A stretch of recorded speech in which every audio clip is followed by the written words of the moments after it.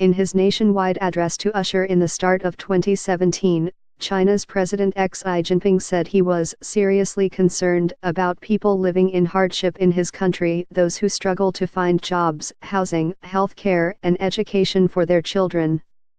Xi pledged to ceaselessly solve those problems remains an unshirkable responsibility for the party and the government.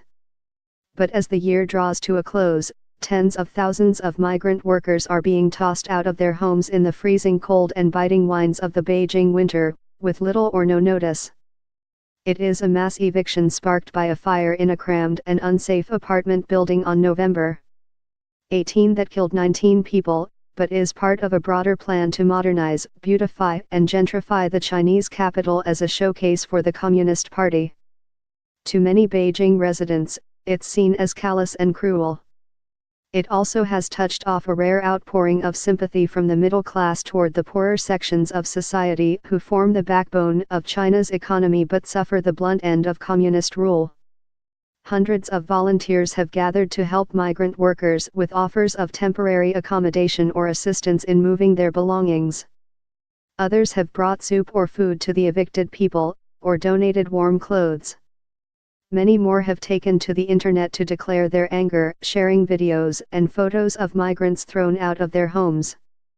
And more than 100 scholars, lawyers, and artists signed an open letter protesting against the evictions. Population control the hard way. Mass evictions of migrants in Beijing. pic.twitter.com/metzo0ay8y.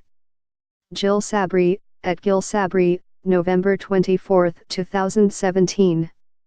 Even Chinese state-controlled media struggled to justify the evictions, admitting they were carried out too hastily, and local authorities sometimes behaved in a simplistic and brutal manner.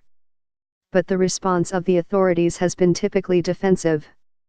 Social media posts have been deleted, and a link allowing people to volunteer their services was taken down. A drop center to provide temporary accommodation to the evictees was closed down by police.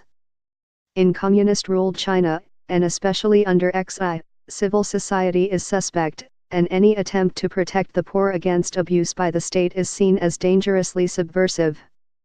Wang Mingli, a 43-year-old housing decorator who has lived and worked in Beijing for nearly 15 years, said he felt betrayed after being given just 10 days' notice to leave his home.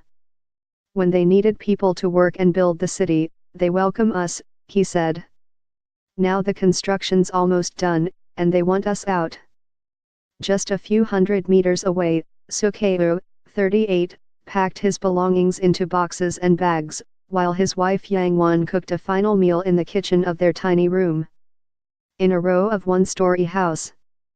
Su came to Beijing to work as a warehouse keeper 7 years ago, the couple leaving their only child behind in Shandong province with their parents to look after.